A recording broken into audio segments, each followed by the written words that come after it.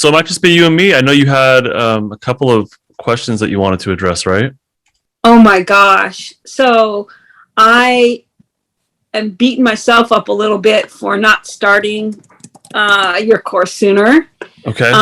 But then I knew that I needed to like be ready, right? Yeah, I So, agree.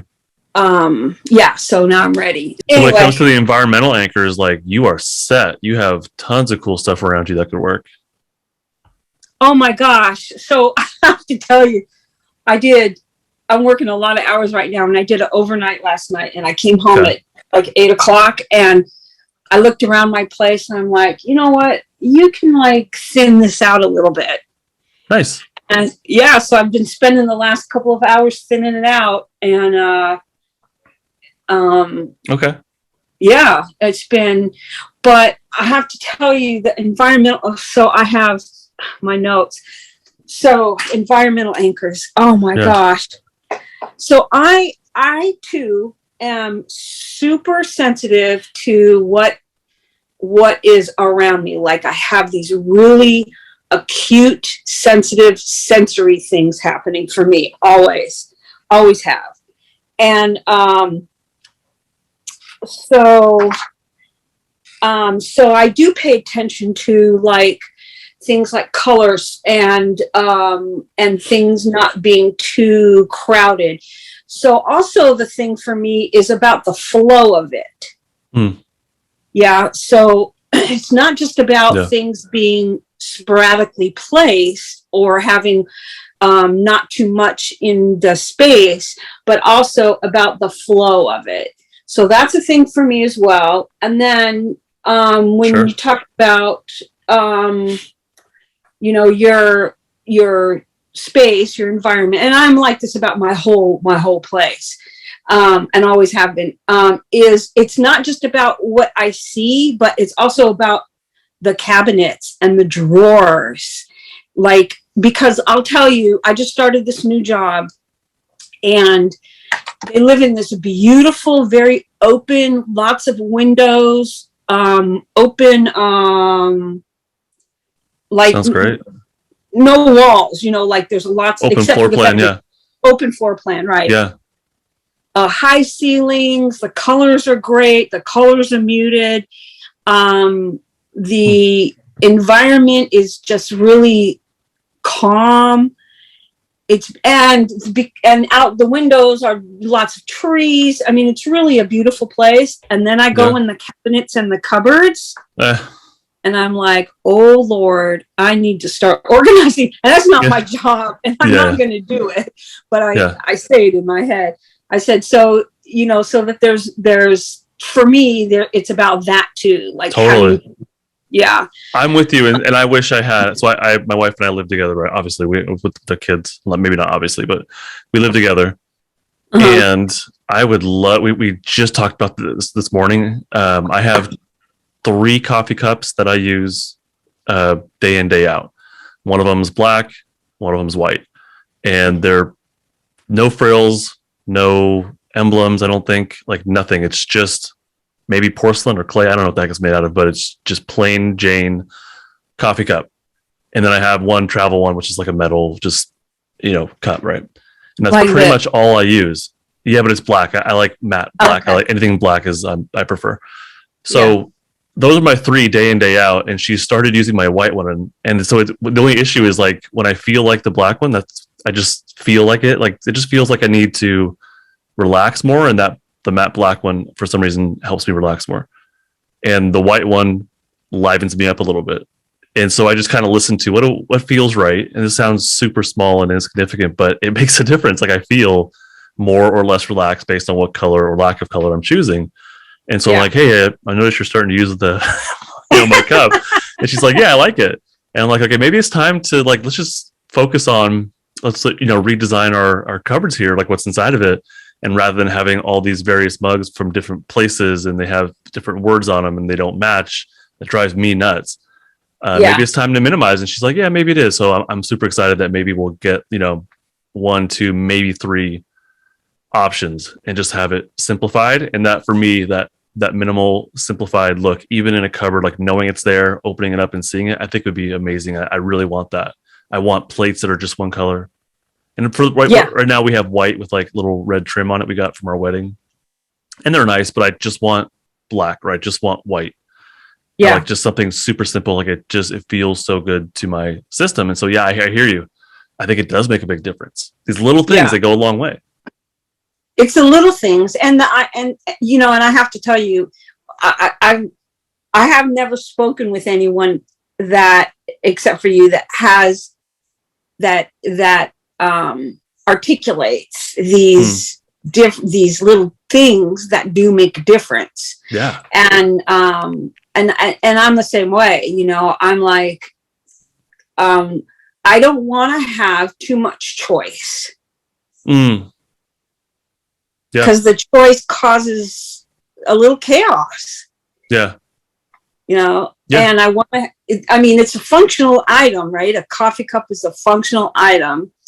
I also used to have coffee cups from everywhere that I went, and they're all gone. Like about 9 years ago, I downsized, and I literally, before I moved here, I was living in a room for rent.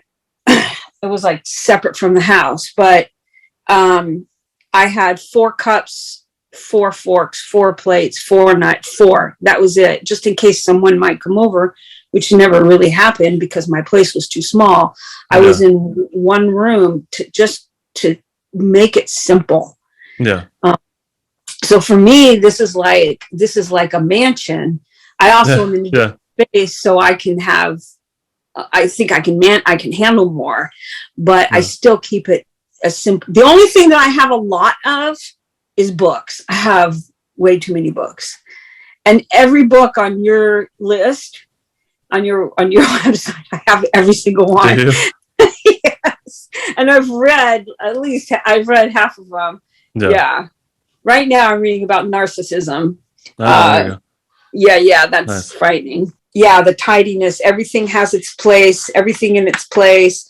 Like when I was raising children, I would tell my children, when you get something, put it back where you got it from. Sure. Don't just leave it somewhere. Put it back where you got it from. Yeah. That's the idea. I wish my kids. That's a fight that I don't pick with them.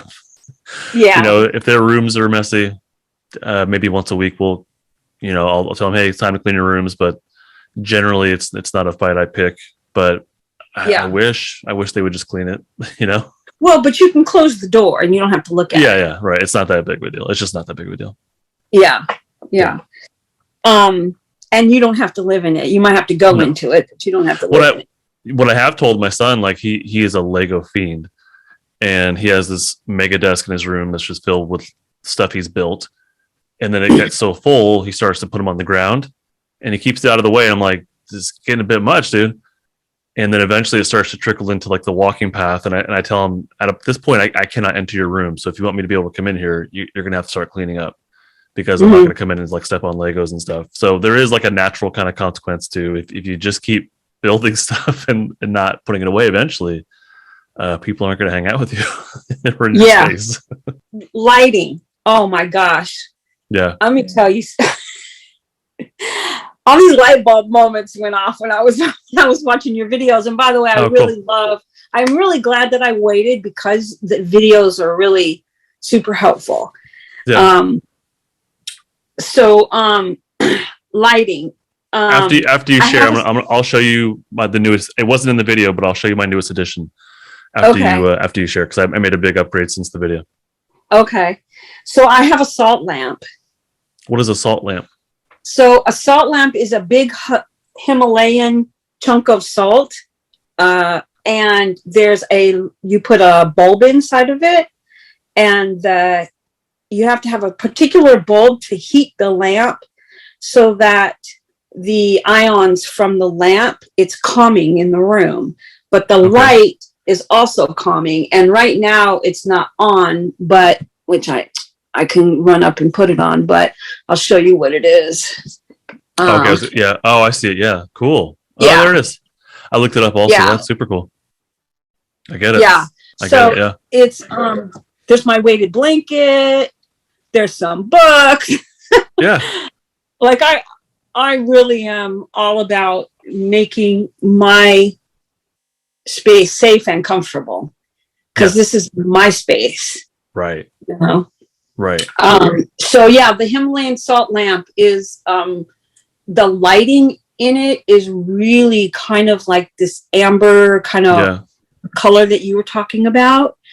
And it's just beautiful. It's really beautiful. It also helps me with fear of the boogeyman. Like if I have some lighting, then I'm not, especially I'm out here where there's no lights, right? Yeah, true. And if I have to get up in the middle of the night, but I had it in my other room too, but if I have to get up in the middle of the night, there's at least some kind of lighting that's happening that's not disruptive to my sleep, and you know, like that. So I have that, but I'll tell you a funny story. Another thing about lights. So you know those, here I'll show you this. You know those lights on the TV? You see the red light on the TV? Yeah. Okay. That just bugs the shit out of me. I hate it. I can't put the clock on the microwave. And those lights on the TV just bother me. So clearly I'm not the only one, because on Amazon you can get these little stickers that block out these lights. But if you block out that light, the remote control doesn't work. Oh yeah, that makes sense. Yeah. So I'm stuck. You'd have to manually take it off and on, right? And so is it at that point, what bothers you more, getting up and manually turning it off, you know, taking it off and on when you want to watch TV, or just having that red light on all the time? Like what would cause you more of a neuroception of danger, basically? Right. That's kind of what it comes down to, is these decisions we have to make, is which one would be more of irritation?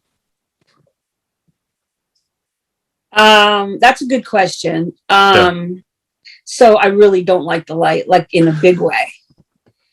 I thought about putting something in front of it, so that might help, because I don't mind the glow of it from like around something. So I thought about putting something in front of it. So I may just put something in front of it, but it has to be low enough that it doesn't block the screen, which is really weird, because this is the first time I've had a TV in 8 or 9 years. So I don't really care that much about if something's blocking it. I care more about the light. Okay. So yeah, so I'm definitely going to have to figure something out about that. I wonder if you put like a little trinket, something that just kind of makes you feel good. It's like a little animal or trinket or something like that, a clay thing or a porcelain thing. Yeah. So it's there, it's unobtrusive to the screen, and I think the signal would go around it, however that works. But something like that, I wonder if that could work and would feel okay for you. I might add this to the lesson, because I think that the point here is to, like with environmental anchors, with any of these anchors, is what helps you feel more grounded, obviously, what helps you to have more neuroceptions of safety. But we could easily get hyper-focused on these things. And then it becomes, you know what I mean? So there's a difference between this helps me, like, you know, me having 2 options for mugs. Like I know for my system, it just kind of feels right. And that works for me. The simplicity, the minimalness, that works for me. Mm-hmm. That's a lot different than me, you know, like, I don't know, like buying numerous mugs and trying them out and like losing sleep over, oh my God, which one's the right one? Like that's a heck of a lot different. You know what I mean? Like I think these things, any of these wellness things that we do can go, if we don't utilize this dysregulated state, if we don't utilize it properly, it can just be reinforcing. You know what I mean? So if we, the thing is to listen to like what helps my system calm a bit, what helps me to, and that would come from a neuroception of safety. So what helps my system calm it just a bit more? Yes. Versus like, so if I have like flight fight energy that's kind of stuck there, and then I pick up this mug, I notice a sense of settling. But if I have this flight fight energy and now I'm using this flight fight energy, instead of it being settled, it's still there. And now I'm hyper focused on wires and mugs and little red lights and all these things.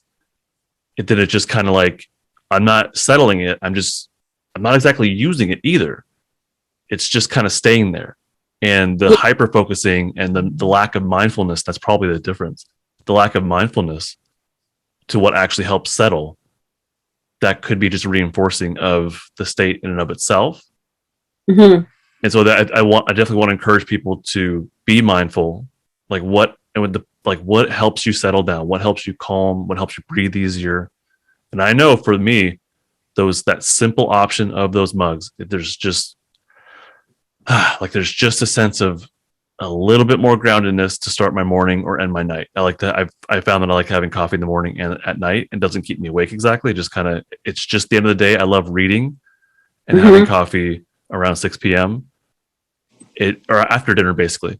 It just feels fantastic just to read, have a moment of quiet. And usually it's just like 20 minutes while my son's in the shower, because I kind of hang out with him, make sure he's safe and everything, and that he's actually cleaning. But I just kind of, for 20 minutes, while he's getting undressed, he goes in the shower, he gets dressed, he's drying off. That's kind of my time just to have a cup of coffee. Yeah. And in the evening, it's the black mug usually. And to read something, and it's just that settling. So it's like, I really want to encourage you. I want to encourage everyone taking the course to really mindfully ask yourself, does this help me settle or not? And if it's just like I'm losing sleep over, or I'm really stressing about the little tiniest details, that may be the wrong direction, that may be actually making things maybe not worse, but reinforcing. And that makes sense. And for me, I kind of have to start at the beginning. So that's like the solving it, but I have to start at the beginning, like with this new job, being in this new space. Not only am I in this new space at their home, but I also am in a new neighborhood. So this neighborhood is very loud. There's lots of cars, the train. I'm okay with the train. I love the sound of the train. But there's a lot of mowers and blowers and weed eaters. And that sends me. Yeah. There's also a lot of, the other thing that sends me are yard signs with advertisements on it. Okay. And I got to tell you something. I pick them up. I go around the neighborhood and pick them up and take them to the dump. I can't take it. I'm one of those. They might have something worked out with the homeowner saying, hey, I'll give you a discount if you have my sign out here, though. No, these are political signs and they're business signs. Those. Oh, I got you. Yeah, I got you. Yeah. Is it for any politician or just certain parties? Well, I don't know. We're doing some primaries here, and so they're everywhere, but they're done and they haven't picked them up. And so even like even the ones that say like, we'll buy your house cash, those signs, right? So first of all, I looked it up before I decided to start picking them up. Okay. I looked it up to see what the laws were, and they legally need to get permission. And I know they're not getting permission, so probably I'm taking them all down. Yeah. So this is what's happening in the environment. So I've noticed that here. They're everywhere. It's like school board stuff, supervisor this, state assembly, wherever the heck it is. They're everywhere. They are everywhere. And I live pretty close to a school, so it's like they want parents to see them, so they're everywhere. And it's like it's annoying. So I notice it too. It's like it's just irritating. It's these little teeny tiny insults, but they do add up over time. The problem can be, though, again, is so if we have some flight fight stuff inside of us, we have this irritation, and maybe it's just kind of there all day. We want to be mindful of it. We want to help it calm down by increasing the amount of safety cues. So that could be the lighting, smells, movement, all those anchors, safety anchors in the course, right? Those kinds of things. The problem could be when our brain tells us the solution to our problem is to do whatever. You know what I mean? Mm-hmm. And so we have this irritation, and so our brain says the solution is to yell at somebody. Like, no, that's not the solution. The solution is to calm down. Yelling at somebody and getting them to change their behavior, or I don't know, whatever else. But like, that could be an issue. If we're hyper focused on one thing, that is probably a symptom of the energy we have inside of us. So we want to increase the safety first and then address whatever needs to be addressed, basically. Yeah. So one of the, and I understand that. And Okay. one of the things that I do is, I really pay attention to where the mowers and blowers are. I go the opposite direction because I know they're only Okay. going to be there for a period of time. Yeah. It's also an area where there's lots of blooming happening now. So I really kind of try to focus on the blooming. And there you go. Yeah, I love that. Yeah. That's great. And then, yeah, so that's a way to like, a very conscious effort. Yeah, that's right. So you're mindful of what you're feeling. And then you're like, let me choose to go a different direction. Let me choose to focus on something else rather than let me go tell that person to shut off their lawnmower because it is irritating me right now. Right. That's way different. But someone could easily take that irritation, that anger, and go say, hey, you change your behavior because it's affecting me the wrong way. I don't like the way it's affecting me. Versus, your behavior is within the normal realm of, behavior. And it does irritate me. That's true. So the way to solve that is to focus on things that bring me more neuroceptions, more cues of safety, like focusing on flowers or focusing on a certain path or walking in the sunlight versus the shade or vice versa. Yes. Like all those things. When I go to my kids, he does karate. It's very loud. There's tons of noise. It's also like there's gymnastics going on. There's parents in and out. There's kids crying. Like it's a lot of, I definitely feel irritation. It's not enough to get me to like run away, or yell at people, but it's definitely enough for me to notice it and feel irritation. So I always bring my AirPods Pro. They do a really good job of dampening sound. So I'm reading something, I'm watching him do karate. I have these in my ears, and it's a noticeable diminishment of that irritation, which I think for me is a good idea. I want to be there. I want to be able to like support him and smile and give him encouragement. But if I'm irritated, I know that my capacity to do so lessens. It's not completely gone, but it lessens. And so rather than me saying, hey, everybody shut up, it's like, let me do something. What can I do to accommodate pretty reasonable behavior, people's normal day-to-day behavior? Yeah, I do the same thing. I put earplugs in, although because of my hypervigilance, I have to be careful about doing that. Because also where I walk the baby, people jog. And so when they come up from behind you, they don't say, I'm behind you. Oh, yeah. And so I get super startled. And so I'm always, looking back. The other thing that I do is I hum to myself. And so I hear that in my head. And that's a constant like white noise as opposed to hearing what's external. And so that helps me as well. And then most importantly, recognize when I'm done. Recognize when I need to go back to the quiet house, when I can't handle the noise any longer. Like I have finally learned that I don't need to endure this. It's like I can walk away. I can leave. Whereas in my past experience, I always learned to endure whatever was happening to me. So that's how I managed it. So, so now I know I don't have to endure this anymore. And if our walk is 20 minutes and I've had enough, then we go back. If I'd prefer to stay out longer, sometimes I can stay for an hour, depending on the level of what is going on. Yeah. But I've only been on the job a week, so I'm practicing and I'm taking pictures of the flowers and I'm smiling at the people as, the people walk around. There's a park there, so we go watch the children play. Nice. And the baby's only 3 months old, so she's not doing any of that. But she likes to watch, but that's about it. I want to show you something. Yeah. As far as my lighting, hopefully you'll be able to see it, watch this, or listen and watch. Hey Siri, calm office.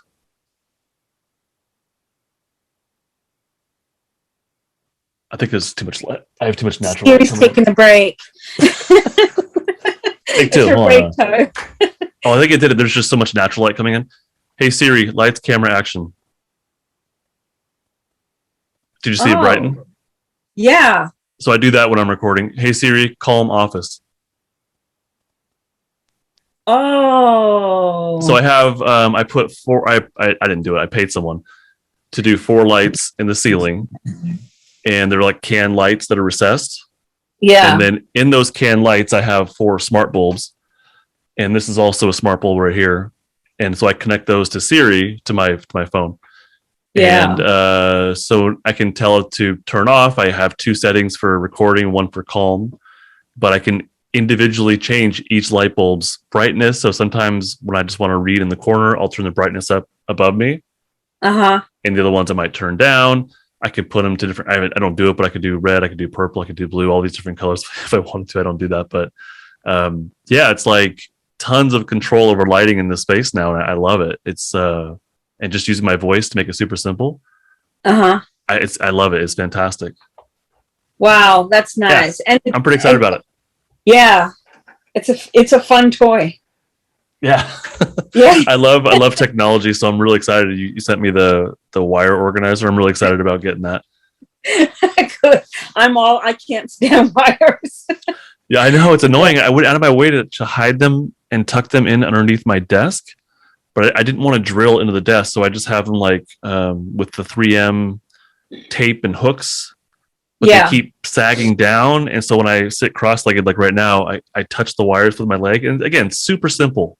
It's not a big deal, but it's just a little irritation that if I can buy a wire organizer that will solve the problem, it's just like I get to focus on what I'm working on. I get to focus on listening to you and not feel that little bit of irritation. Again, not a big deal, but noticeable. Yeah.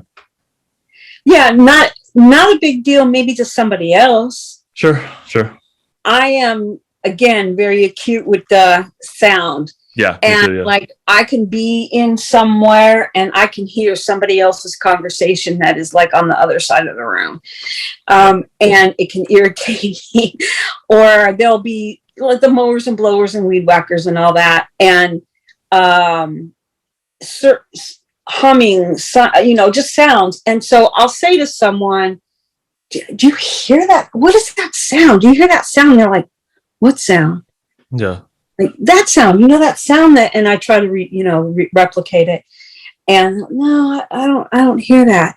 Yeah. And I get stuck on it. I get stuck on it. Yeah. And,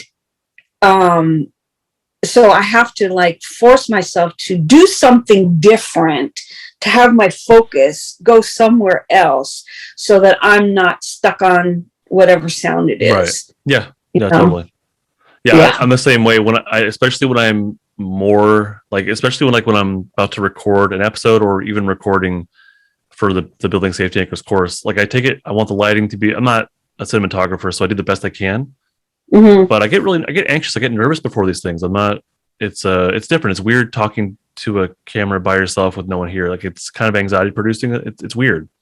Mm-hmm. And so I always have this like a little bit of flight by energy or more flight when I do these things. And I want the sound to be just right. And I want the video to be just right, or as just right as I can get it to be.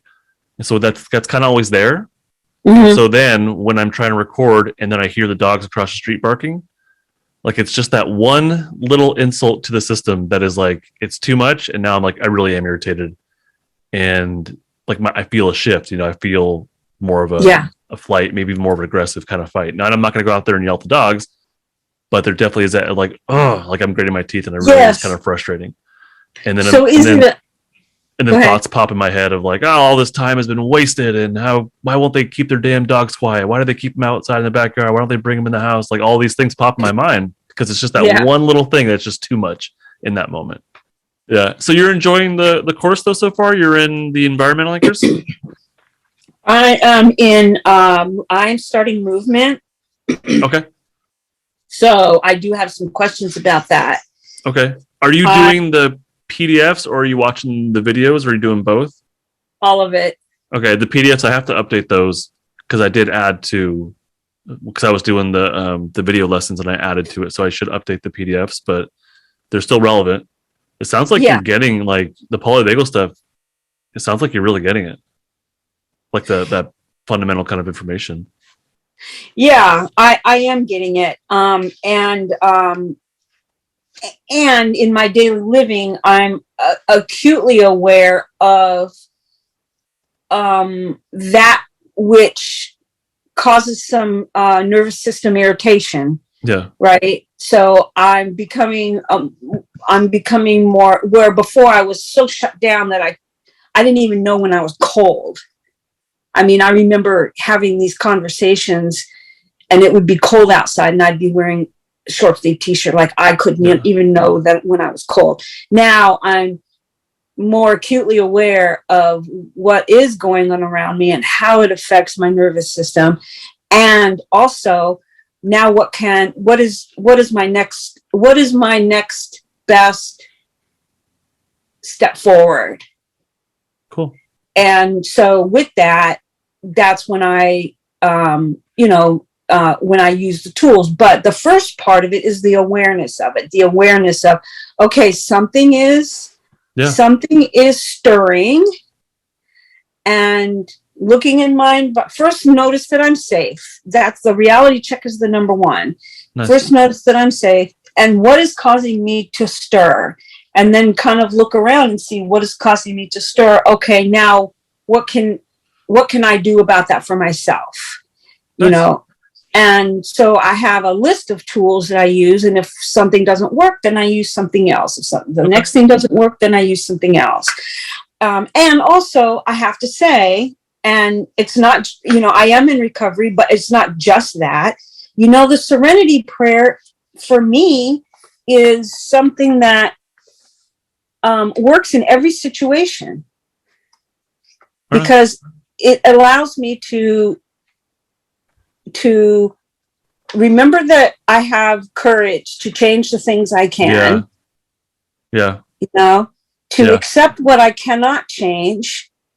And so if I can't change what is externally happening outside, then how can I do it differently so that I'm not stirred inside? Yeah. Keep that in mind for the cognitive anchors when you get there. I think it's lesson 6.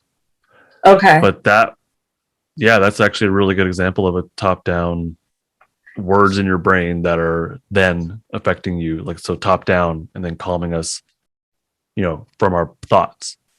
So that would be that's actually a great example of a cognitive anchor. I know this is not therapy, but and I will.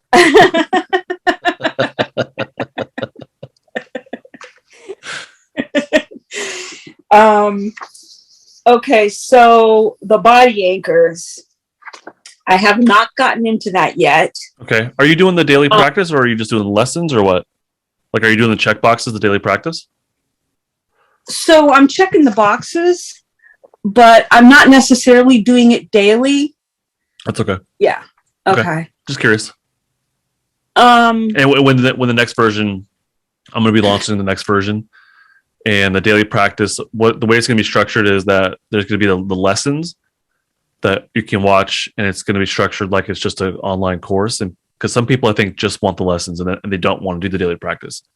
So I'll have the lessons, and then the daily practice will be a printout or a PDF that people can download, which you've already done.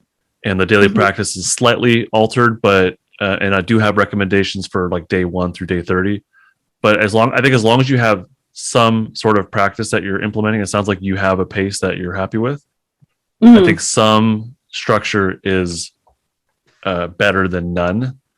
So it sounds like you have something that's working for you so far. Let me just stick with what we're talking about now with the daily practices. So the daily practices and the journal prompts, I ask myself the questions, and I do the, what it is that you're asking to do. And the journal prompts I have not done yet, but I think they're a great idea, because it's very important to put pen to paper.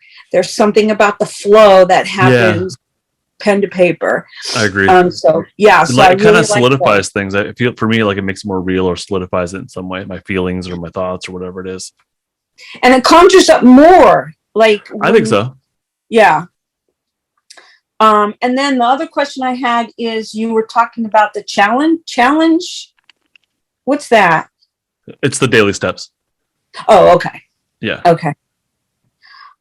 Okay. So body anchors. I haven't done it yet. And I don't even know if I'm even asking a relevant question, but this is where I completely get stuck, is in the body stuff. Okay. So if you can give me some guidance on the thoughts in my mind are getting through it, but that's not the right way to approach it, right? The way to approach, I want to be able to do it mindfully without getting all triggered. Like you were talking about, I think it was you. I do so much reading, being still, and how that can be difficult. Was that you? Were you talking about that? That's something I talk about a lot. Yeah. Okay. And so the being still is part of it, but the movement is like being still for some. It's the movement that starts to move things. Gotcha.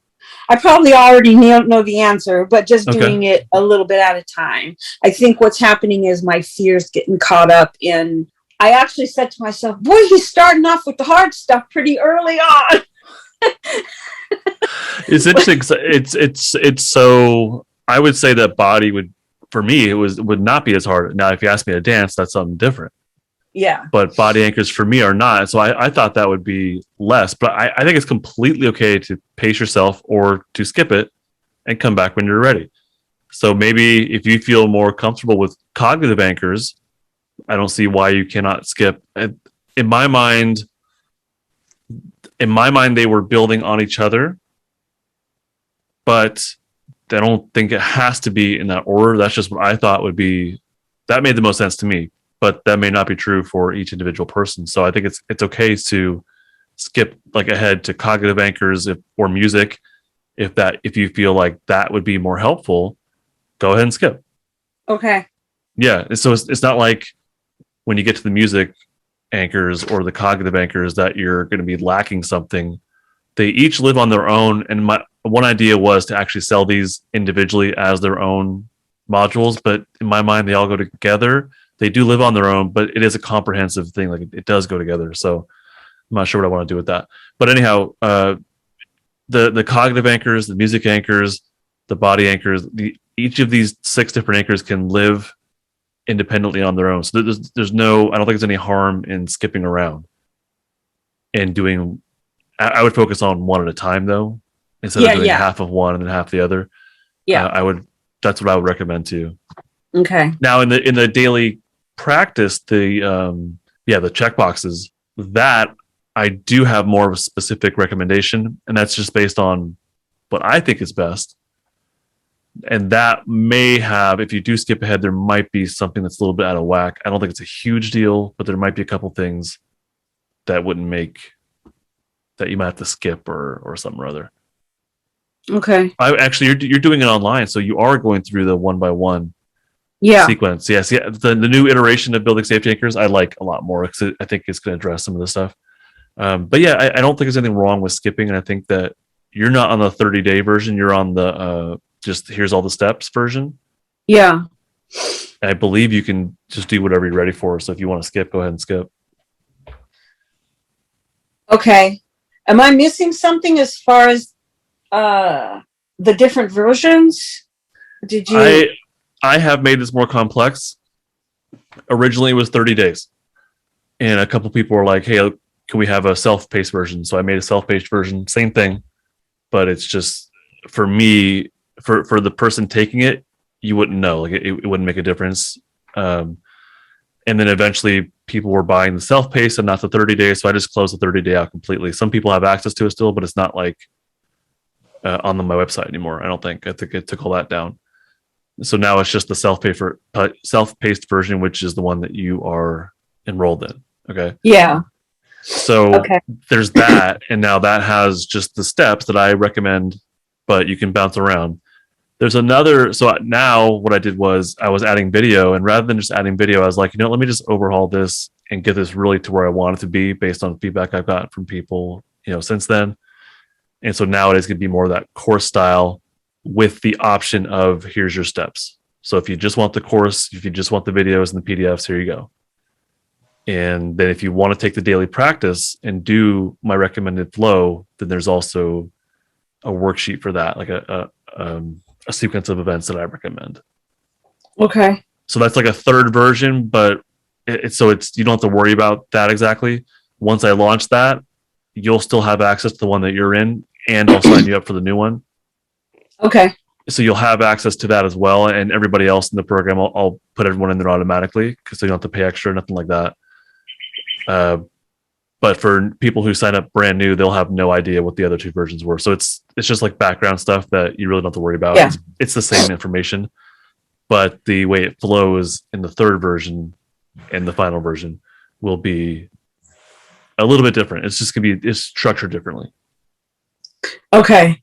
I mean, I like the questions and the journal prompts because it helps integrate what I'm learning. It's not just a cognitive process in learning it, but it helps me process it through, personalize it, make it mine for my experiences. Yeah. And so I really like that part. Okay. Yeah, that's not going anywhere. That's staying. Okay. Yeah, that's staying. But for you, so the new version, if you wanted to do the new version or the updated version, you've already done like all the video stuff that you've done. You just check those off. You've already done that. Mm-hmm. And then the daily practice, you print that out just like you already did. And it's mostly the same. There's a few tweaks that I made that I thought would flow better. There's a couple of different journal prompts. It's mostly the same, but there's a few tweaks that I made just to make it flow a little better. And but it's basically the same. So it's not like you're not like falling behind or anything like that. It's basically the same. It's just restructured for how people want to take the course. Like I'd mentioned to you before, I've purchased a few things. Like I've purchased Irene Lyon's program, and I have never done it. Have not. That's normal. People do that. They buy stuff. They don't do it. Yeah. How much was Irene Lyons, by the way? Was it the 12-day thing, or was it the free? She has like a free one also, I think. Yeah. No, I think this is 30 days and $200. Okay. Yeah. And she does a good job, I think, with like movement and whatnot. I think I'm not sure what the one you bought, but I know she has some in-person things she does that involves a lot of movement. Yeah. Oh, okay. So she does that. So are you familiar with TRE? Just the basic concept.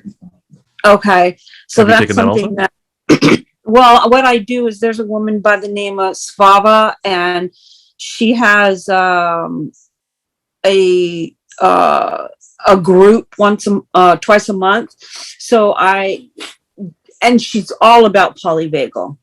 Like you guys probably have a good conversation. She's all about polyvagal, but this is body work. And so she does have like sessions.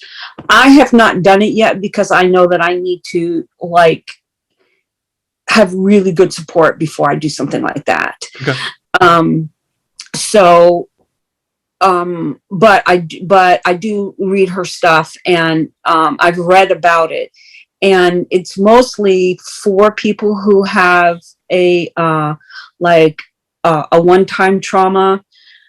But I asked her about the developmental trauma and the way that she sets it up so that people with developmental trauma can utilize the course and not be re-traumatized. So it's the titration of it, right? The tiny bit at a time, stop when it gets too much. Yeah. So I'm probably going to do some of that maybe in July because I have a couple of weeks off work just to Right on.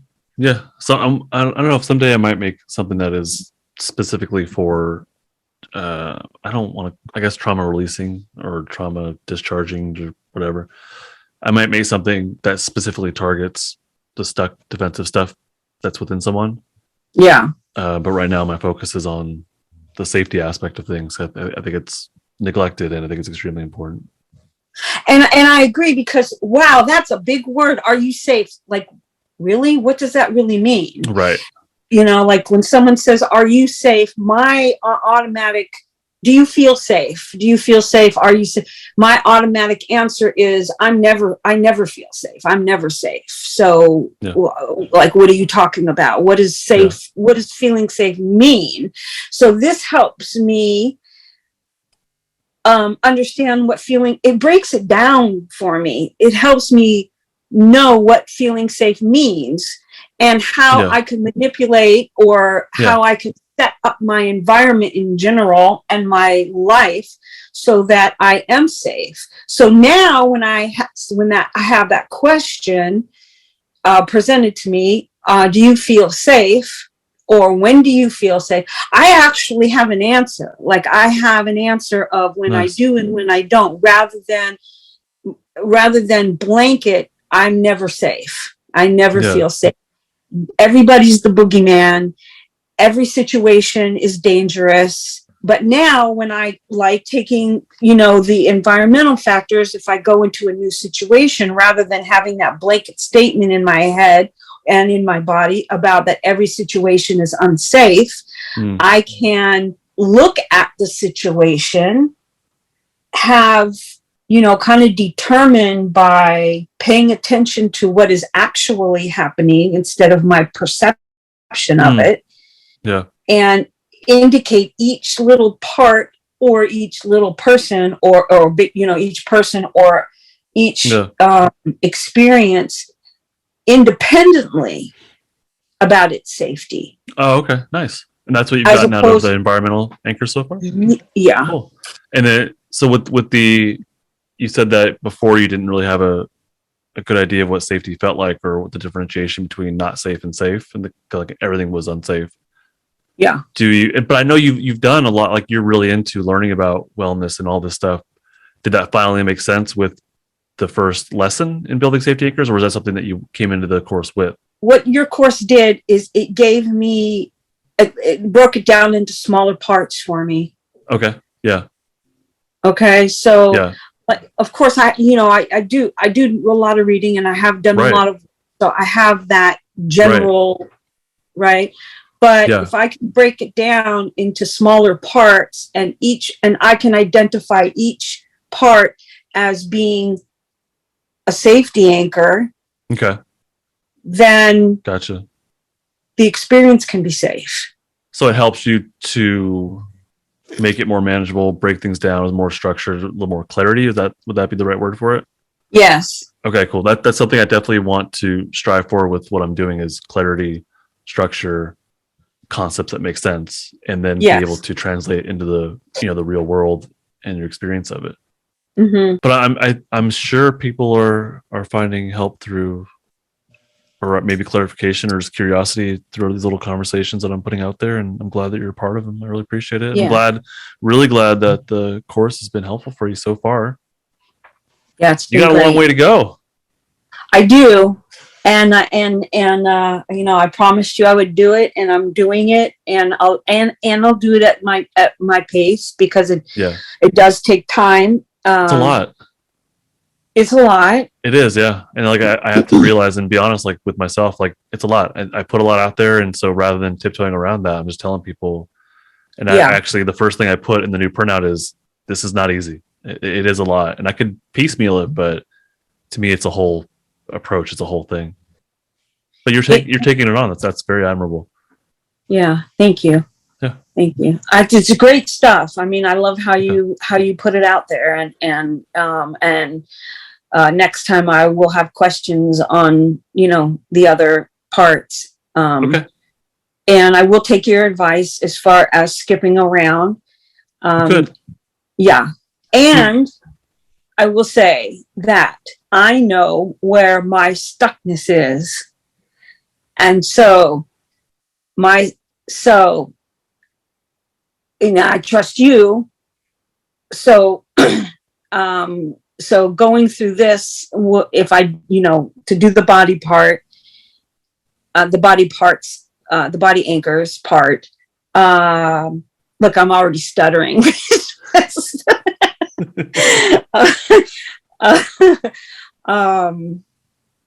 I know I can do it, and I trust what you put out there.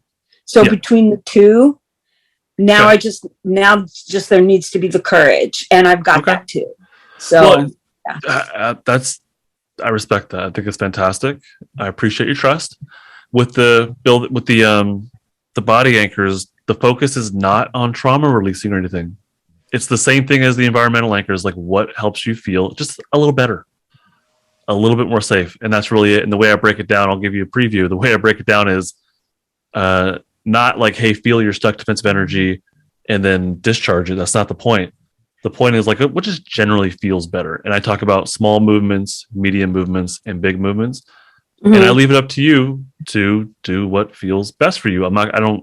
The homework is not to go do something that releases your trauma. The homework is not to go and do some huge movement like dancing. I feel personally, I've told you I hate dancing, right? Yeah. So it's really, I would break it down into just to help conceptualize, help get clarity, get structure with like, what are we doing here, right? So I break it down into here's just a few different levels of movement and here's what they can look like. And yeah, it easily could tap into that stuck defensive stuff. Yes. But the focus needs to be what just generally helps you feel better. So that's the basic idea. I try to, with all these, anchors and these lessons, I try not to make it about, forcing or pushing people to look at the defensive stuff, because that's not what it's about. That's not what BSA is about. So I feel like I handle it as respectfully as I do with the environmental anchors and the cognitive and the imaginative and the memory ones. So it's just as a preview or as an idea of what to expect. You could also look at the PDF and just skim through it and see, is this something I want to do or not? And then you can make that informed decision of yes or no. And if it's a no, then you go on the next one or whatever one appeals to you, and then come back to it when you're ready. Like that's totally okay. Okay. My guess is, though, that even though it's not your intention, which I know, like you said, it's not, my guess is that wherever people are at, that some of this might tap into the defensive energy. You're right. 100%. Yep. Yeah. So You're right. And so the focus needs to be, and so I do address this, especially with the memory anchors. I thought the memory one would be the most challenging. Mm-hmm. Identifying a safe memory, I thought that would be the most challenging. So I really stressed for people in that one, hey, you have 5 other anchors you've practiced.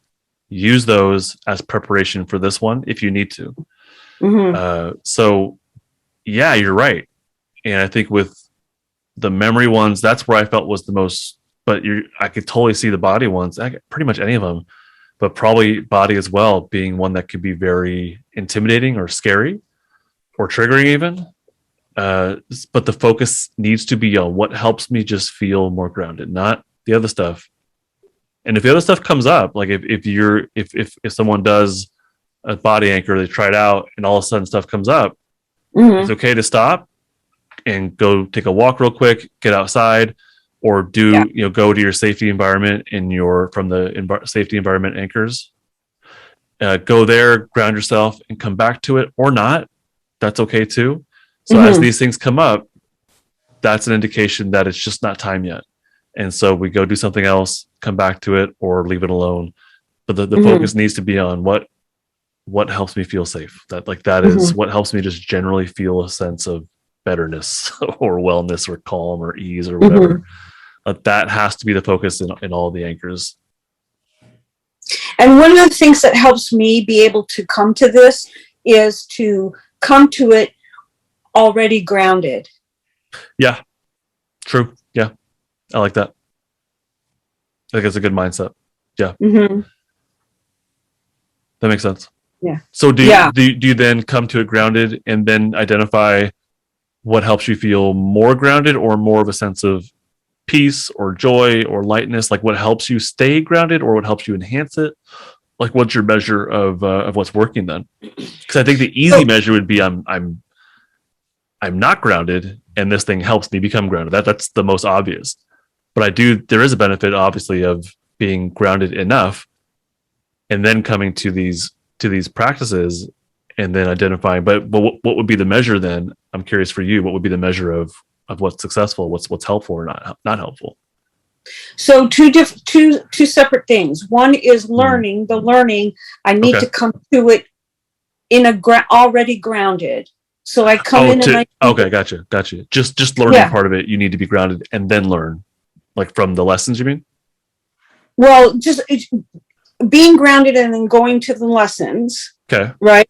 So Yeah. for environmental anchors, so this is what I learned. I learned that lighting is important and pay attention to my lighting. I learned that color. I learned sounds. So I learned these things, Yeah. and then when I'm out in the Yeah. world and stuff happens, and I can reflect on what I've learned. So when stuff happens, I'm not grounded, right? Okay. So then I reflect on what I've learned, and then I can say Okay. what has helped me. That's the process that Yeah. is for me. Yeah. So it wouldn't make sense to go to a lesson when you're irritated and dysregulated and you're pissed off at yard signs and whatnot, and then be like, all Right. right, let me learn from Justin. Like that would not be helpful for you. Is kind of what you're saying. Correct. Yeah, that makes complete sense. Like you're not gonna. None of us learn very well in a dysregulated state. Yeah, Like that I makes don't sense. go to it saying, okay, I'm irritated, this and this and this is happening. Let me see if I can fix myself right now by going Good. into the Yeah. that's not what's going to happen. It won't I do work. not. I don't. Yeah, I don't advocate for that at all. I don't advocate for. First off, there's nothing to fix. I think for any of us. Yeah. But we want to practice these before there's that kind of dysregulation. Learn Right. about and practice. And I like Right. how you specified learning, but it's learning about and practicing these things from before there's an issue, before there's a crisis, before we're dysregulated. Yeah, So I can access it when there is something. exactly. That's exactly you're getting it. Exactly. Yeah, that's the idea. So with building safety anchors, we practice it, we identify it, and then when you actually need to, hopefully you already have this like reservoir of safety that you can pull from Mm-hmm. and tap into and feel. Hopefully you have a firmer foundation of safety, right? Mm-hmm. And then when something does happen, you're already anchored in your safety state enough to be able to handle it more effectively. But you could also, from that foundation, you could also specifically actively do something to further ground yourself in your safety state. Yeah. For me, Yeah. it's the reality check is the number one thing that has to happen first, and then I Okay. can take these other parts.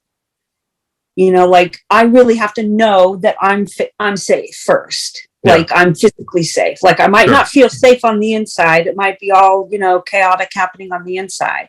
So that I'm physically safe. There's no danger around me. And then I can go to, okay, what can anchor that safety? And that's where these parts come in. Is that what anchors the safety? Love it. That's a fantastic breakdown. Yeah.